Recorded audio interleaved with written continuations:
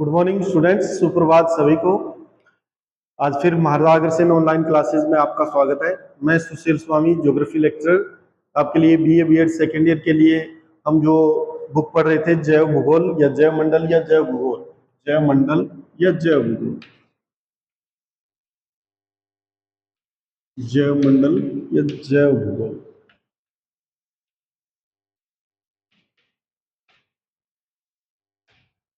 अब जैव भूगोल में हम जो है विभिन्न प्रकार के संसाधनों के बारे में अध्ययन कर रहे थे। विभिन्न प्रकार के संसाधनों के बारे में हम अध्ययन कर रहे थे। संसाधन हमने पढ़ा था कि प्राकृतिक भी होते हैं, अप्राकृतिक भी होते हैं, कृत्रिम भी होते हैं, या जैविक भी होते हैं, अजैविक भी होते हैं, या ऊर्जा संसाधन भी होते हैं, जिस प्रकार से पेट्रोलियम है, कोयला है, ये सारे जो है ऊर्जा संसाधन के रूप में भी काम में लिए जाते हैं। तो अपने जो है संसाधनों के बारे में हम अध्ययन कर रहे थे। संसाधनों में हमने जो है विभिन्न प्रकार के संसाधन हमने पढ़े थे।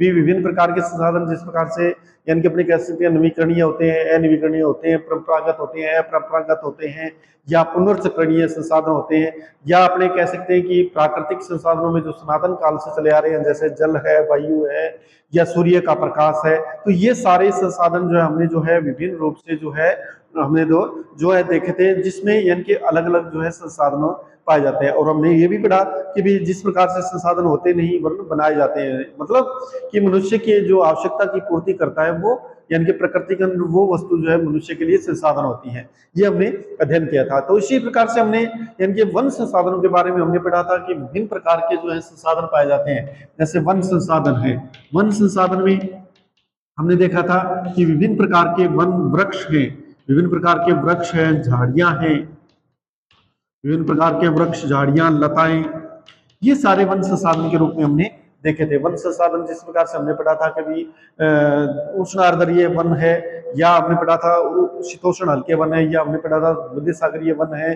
अलग अलग अक्षांशों के अनुसार जो है ये निर्धारित होते हैं। या समशीतोष्ण पर्णपाती वन हमने पढ़े थे, या समशीतोष्ण मिश्रित वन हमने पढ़े थे, और शंकुधारी वनों के बारे में हमने अध्ययन किया था। तो ये सारे जो वनों के अपने वनों का वर्गीकरण हमने पढ़ा था।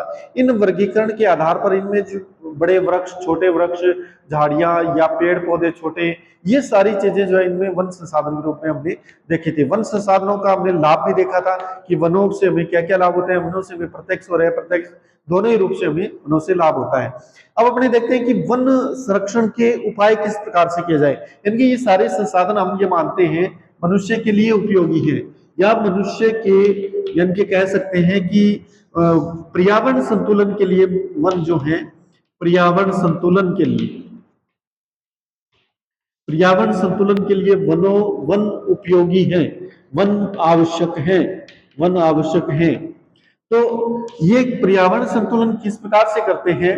वन जो है अपने ये कहते हैं कि भी वर्षा के लिए जो है महत्वपूर्ण स्थितियां प्रदान करते हैं।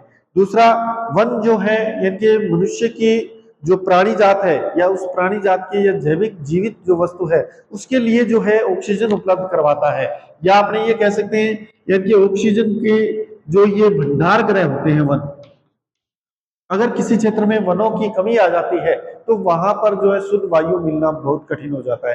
क्योंकि वर्तमान समय में प्रदूषण इतना फैल गया है कि उसके कारण जो है अगर वन क्षेत्र नहीं होंगे तो उसके कारण जो है प्रदूषित वायु जो है अपने को ग्रहण करनी पड़ेगी। तो इन सभी के लिए यानी कि क्योंकि वन हमें अनेक प्रकार से सामाजिक रूप से भी हमें यानी कि सपोर्ट करते हैं, या सामाजिक रूप से भी हमें जो है आवश्यक होते हैं, या आर्थिक रूप से भी इनका उपयोग किया जाता है। जिस प्रकार से भवन निर्माण में या विभिन्न प्रकार के पुल बनाने में, इन सभी में जो अपने अधिकतर इनका काम में लिया जाता है। तो ये वन संसाधन जो है इनके संरक्षण के उपाय भी होने चाहिए।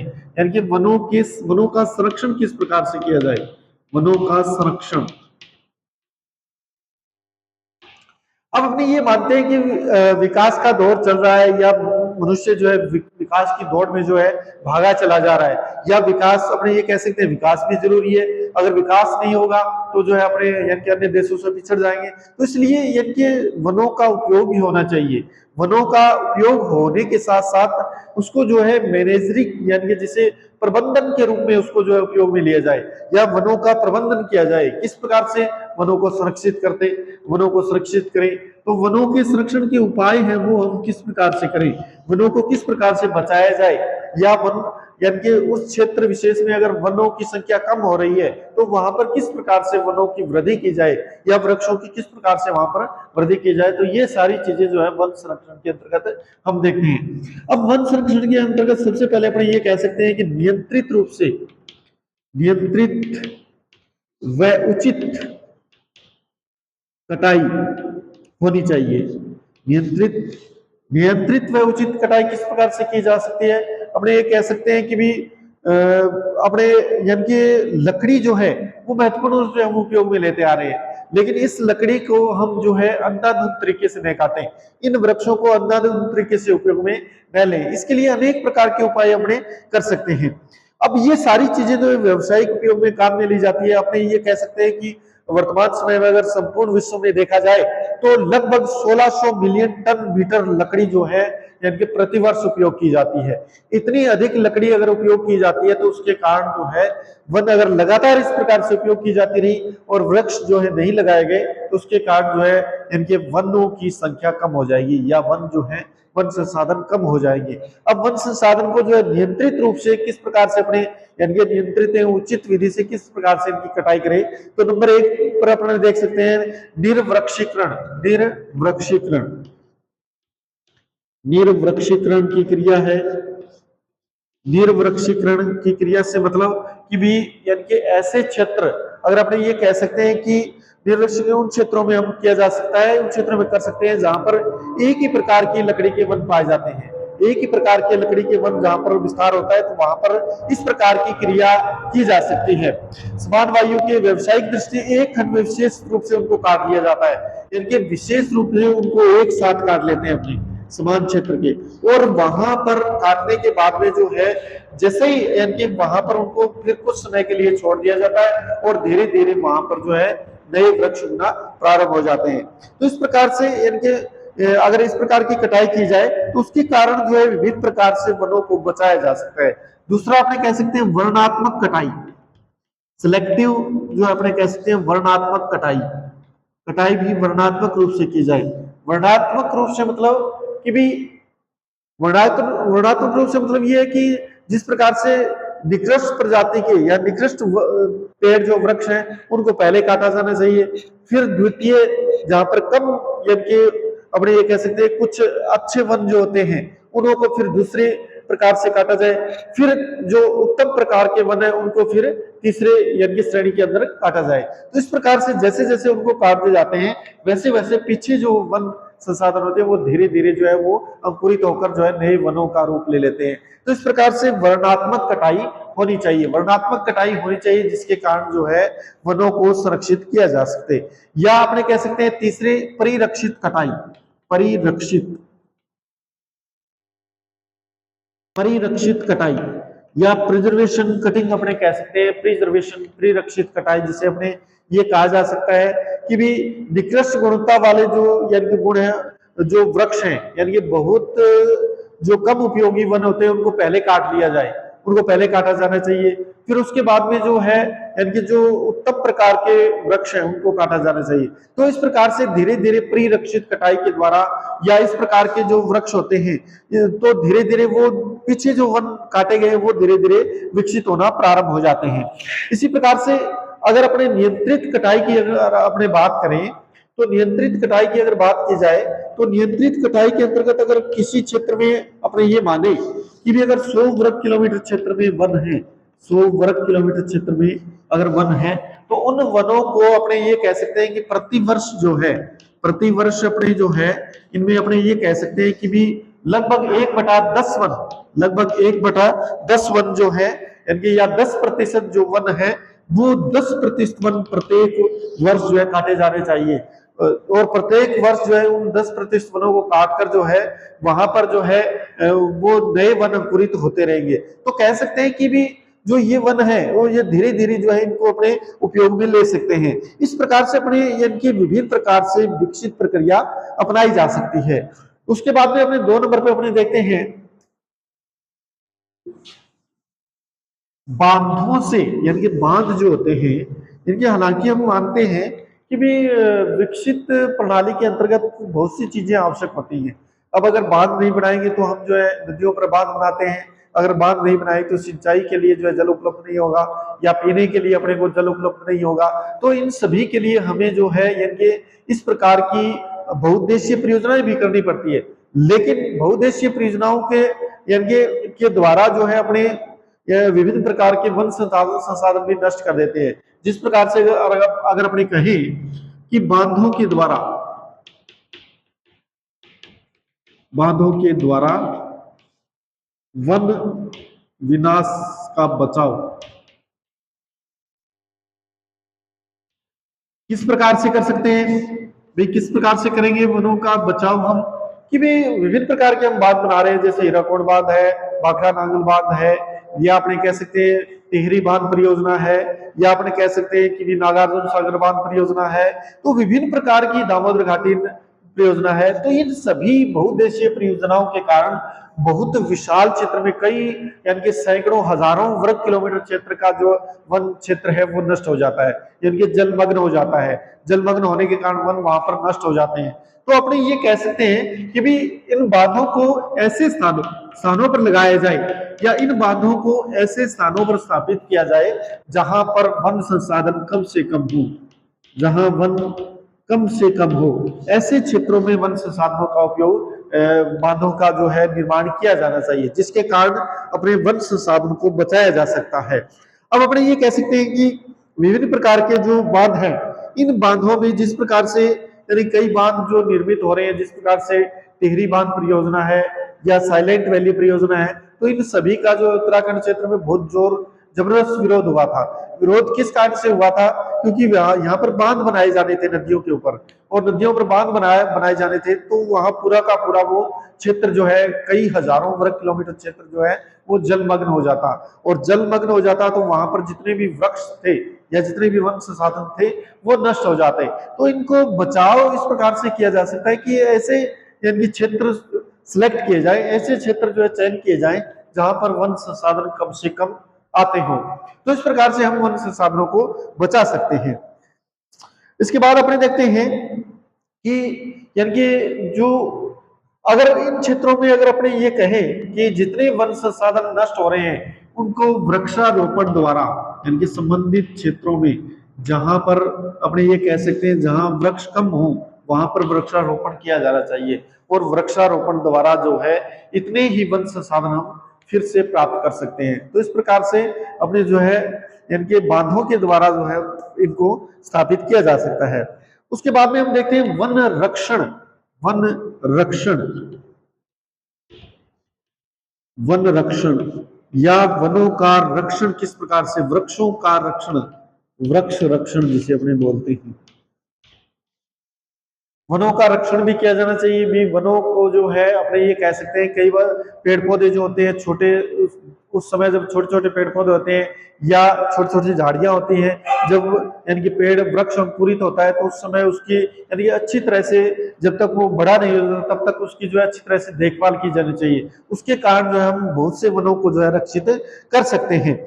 इसी आधार पर हम कह सकते हैं वन संरक्षण हेतु वन रक्षण करना आवश्यक है, क्योंकि अनेक बार पर्यावरणीय कारकों के द्वारा जो है वनों का विनाश हो जाता है। इसमें आग का जिस प्रकार से कई बार आग लग जाती है तो उसके कारण वन यानी कि खत्म हो जाते हैं। बाढ़ या चक्रवातीय तूफान इत्यादि के कारण जो वन जो है नष्ट हो जाते हैं। अब जब ये वन नष्ट हो जाते हैं तो उनके लिए वृक्षारोपण किया जाना चाहिए। इसके अतिरिक्त जो है विभिन्न प्रकार के जो यानी कि वन है उन वनों में कई बार जो है बीमारी लग जाती है, या आपने कह सकते हैं कई बार अनेक रोग लग जाते हैं वृक्षों के अंदर, अनेक वृक्ष रोग लग जाते हैं। उन वृक्ष रोगों को विभिन्न प्रकार के कीटनाशकों द्वारा, विभिन्न प्रकार के दवाइयों द्वारा उनको जो है उन वृक्षों को बचाया जा सकता है, और उस प्रकार से अपने जो है वन संसाधनों को नष्ट होने से बचा सकते हैं।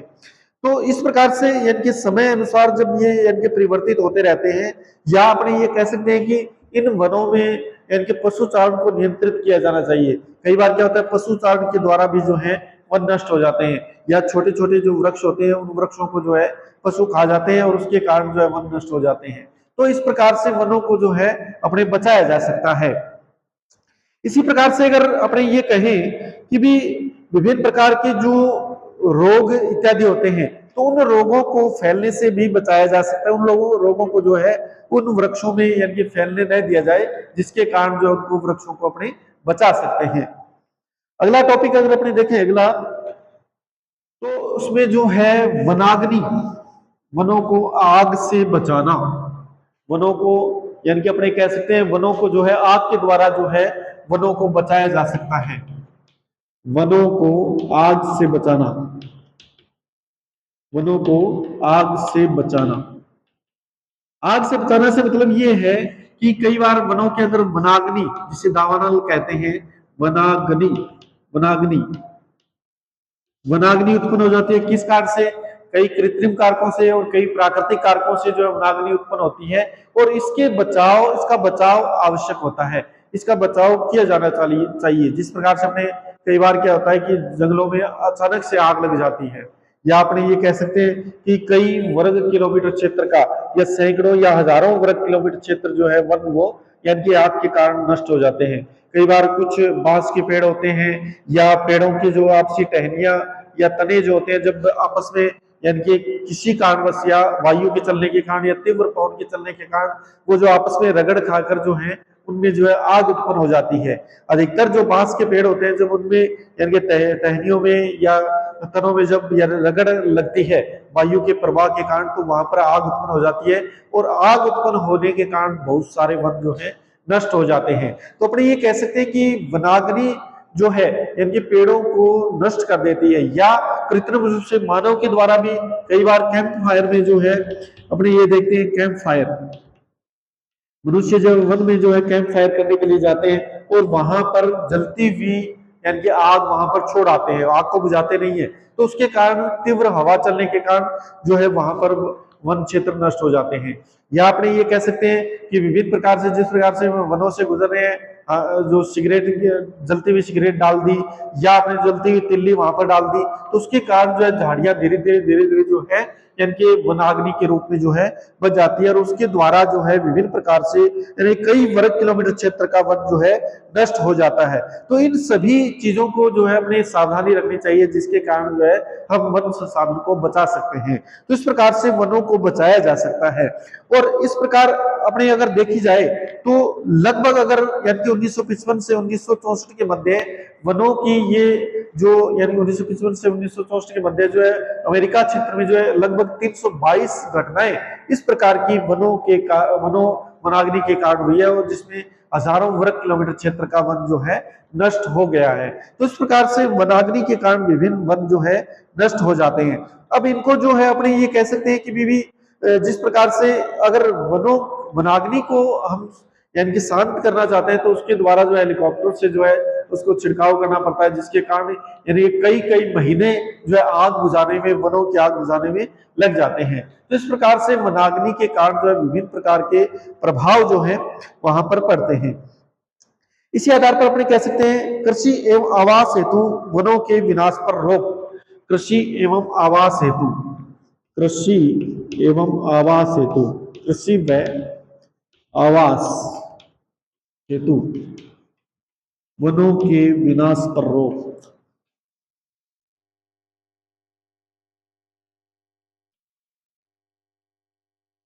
तो अपने यहां पर ये कह सकते हैं कि भी विभिन्न प्रकार की कृषि के लिए अपने कृषि कार्य करते हैं, तो कृषि कार्य के लिए हमें जो है जमीन की आवश्यकता पड़ती है, उपजाऊ भूमि होनी चाहिए। तो उपजाऊ भूमि के लिए जो है हमें यानी कि जब उपजाऊ भूमि खत्म हो जाती है, तो हम क्या करते हैं, जंगलों को यानी कि जंगलों पर जाकर जंगलों को काटते हैं या जंगलों को जलाकर जो वहां पर खेती करना प्रारंभ कर देते हैं, जिसके कारण जो है अनेक प्रकार से जो है यानी कि वन नष्ट हो जाते हैं, वन संसाधन नष्ट हो जाते हैं। जिस प्रकार से प्राचीन समय में जो खेती की जाती थी, प्राचीन समय में कुछ ऐसे यानी कि जनजातियां हैं जो आज भी जो है यानी कि इस प्रकार की कृषि करती है। किस प्रकार की कृषि? स्थानांतरित कृषि। आज भी जो है जनजातियां स्थानांतरित कृषि करती हैं। स्थानांतरित कृषि से मतलब ये है कि भी यानी कि ये जनजातियां क्या करती हैं, एक वृहद क्षेत्र का जंगल जो होता है उस जंगल को यानी कि जला देती है या उस जंगल को काट देती है। उस जंगल को जलाने के बाद में जो राख बचती है, उस राख में ये कृषि कार्य करते हैं और लगभग 4 या 5 वर्षों तक वहां पर कृषि करते हैं। और जब उत्पादन कम होने लगता है तो फिर आगे वाले जंगल को वो जलाते हैं और वहां पर फिर कृषि करते हैं। इस प्रकार से यानी कि स्थानांतरित कृषि के द्वारा भी जो है अपने ये कह सकते हैं वन संसाधन नष्ट होते जा रहे हैं। तो आज भी अगर देखा जाए तो अपने जो है यानी कि कुछ अफ्रीका क्षेत्र में या अमेरिकी क्षेत्र में और कुछ यूरोपीय क्षेत्र में जो है इस प्रकार की जनजातियां आज भी निवास कर रही है, जो जंगलों को जलाकर जो है कृषि कार्य कर रही है। लगभग अगर अपने ये कहें कि अगर ये देखा जाए कि भी इस प्रकार की प्रक्रिया जो होती है, इस प्रक्रिया के कारण जो है लगभग 20 करोड़ आदिवासी इस प्रकार की कृषि कर रहे हैं और उसके कारण जो है लगभग 4 करोड़ वर्ग किलोमीटर का क्षेत्र जो है वन क्षेत्र जो है नष्ट किया जा रहा है। तो अपने ये कह सकते हैं कि इनके कारण जो है अब अगर आइवरी कोस्ट की अगर हम अपनी बात करें, आइवरी कोस्ट में जिस प्रकार से 1956 से लेकर 1966 तक जो है वर्तमान समय में 40% वन जो है इनके कारण जो है नष्ट हो गए यहाँ पर आइवरी कोस्ट के अंदर। तो कहने का मतलब ये जनजातियां जो होती हैं विभिन्न क्षेत्रों में जो है स्थानांतरित कृषि के रूप में जो है इनको जो है नुकसान पहुंचाती है, या अपने ये कह सकते हैं कि स्थानांतरित कृषि के कारण जो है वन संसाधन धीरे धीरे नष्ट होते जा रहे हैं। विभिन्न प्रकार की आदिवासी जातियां जो है एशिया, अफ्रीका व दक्षिणी अमेरिका में जो है आदिवासी वनों को जलाते हैं और वहां पर कृषि कार्य करते हैं। तो इस प्रकार से कृषि कार्य के कारण जो है वन संसाधन नष्ट होते जा रहे हैं। अब इसके साथ साथ अगर अपने ये भी कहें कि कुछ भारत के जो अपने भारत देश में उत्तर पूर्वी जो राज्य हैं उन उत्तर पूर्वी राज्यों में भी इस प्रकार की कृषि वर्तमान समय में की जाती है। तो अपने ये भी कह सकते हैं कृषि के कारण भी जो है या अपने ये कहा जा सकता है कृषि के कारण भी जो है ये परिवर्तित हो रहे हैं या अपने कह सकते हैं वन संसाधन नष्ट होते जा रहे हैं। इसी प्रकार से अपने ये कह सकते हैं कि भी जो आवासों के लिए यानी कि आवासों के लिए भी जिस प्रकार से जनसंख्या वृद्धि हो रही है, यानी कि जनसंख्या वृद्धि अपने देखते हैं जनसंख्या वृद्धि की जा रही है, जनसंख्या वृद्धि। तो इस जनसंख्या वृद्धि के कारण यानी कि आवास या अधिवासों के लिए जगह उपलब्ध नहीं हो पाती है और इतनी अधिक जनसंख्या वृद्धि के कारण जो है आवास उपलब्ध नहीं होते हैं तो निकटवर्ती जंगलों को जो है काटा जाता है या जलाया जाता है और वहां पर जो है यानी कि आबादी क्षेत्र को विकसित किया जाता है। तो इस कारण भी जो है जंगल या वन संसाधन जो है नष्ट होते जा रहे हैं। ये अपने ये देखना चाहिए कि भी प्राकृतिक संपदा अगर हम नष्ट कर रहे हैं या वन संपदा हम नष्ट कर रहे हैं तो उतनी ही मात्रा में जो है वन या वृक्ष अपने को जो लगाए जाने चाहिए, क्योंकि अगर यानी कि असंतुलन की स्थिति उत्पन्न होगी तो भयावह स्थिति जो है उत्पन्न होगी, यानी कि बहुत नुकसानदायक स्थिति उत्पन्न होगी अगर वन असंतुलन हो गए तो। इसी प्रकार से प्रशासनिक भूमिका वन संरक्षण में अपने जो है कह सकते हैं प्रशासनिक भूमिका भी होनी चाहिए। वन संरक्षण में प्रशासनिक भूमिका, प्रशासनिक भूमिका, प्रशासनिक भूमिका से मतलब ये है कि भी प्रत्येक देश जो है प्रत्येक देश में वन संरक्षण के लिए जो है वन संरक्षण के लिए नीतियां अपनाई गई हैं, विभिन्न प्रकार की नीतियां अपनाई है, पॉलिसीज लगाई गई हैं, विभिन्न प्रकार के एक्ट निर्धारित किए गए हैं, या यानी कि अपने कह सकते हैं कि यानी इन्हें जो है वनों को हरे वनों को काटना अपने जिस प्रकार से भारत में हरे वनों को काटना जो है एक अपराध माना जाता है और उस अपराध के लिए कोई भी यानी कि क्षमा यात्रा नहीं होती है, उसके लिए सीधी सजा का प्रावधान है। इसी प्रकार से विभिन्न प्रकार के वन संरक्षण उपाय में अपने देखते हैं वन संरक्षण नीतियां अपनाई जाती है या अपने कह सकते हैं कि भी आवश्यकता के अनुरूप नियम बनाए जाते हैं। तो वनों के संरक्षण हेतु कानून बनाए जाने चाहिए, देश के वनों का सर्वेक्षण करवाना, देश के वनों का अपने ये कह सकते हैं सर्वेक्षण कराया जाना चाहिए, जिसके कारण जो है सर्वेक्षण के द्वारा यानी कि वनों की एक्चुअल स्थिति या वास्तविक स्थिति का अपने को पता लगता है। वनों के यानी कि विभिन्न श्रेणियों में उनको सूचीबद्ध किया जाना चाहिए कि भी वन जो है जिस प्रकार से भारत के अंदर जो है आरक्षित वन है, रक्षित वन है या यानी कि अरक्षित वन है, तो इस प्रकार से अनेक क्षेत्र ऐसे हैं जिनके आधार पर जो है वनों को जो है संरक्षित किया जाता है। अब कुछ क्षेत्र ऐसे होते हैं जहां पर वनों को काटा जाना जो है बहुत रेयर है, यानी कि काटना ही नहीं है वनों को, और कुछ ऐसे क्षेत्र हैं जहां पर कुछ सीमा तक वनों को काटा जा सकता है और कुछ ऐसे क्षेत्र हैं जहां पर यानी कि पशुओं को चराया जा सकता है या चरागाह विकसित किए जा सकते हैं। तो इस प्रकार के नियम जो है बनाए जाने चाहिए।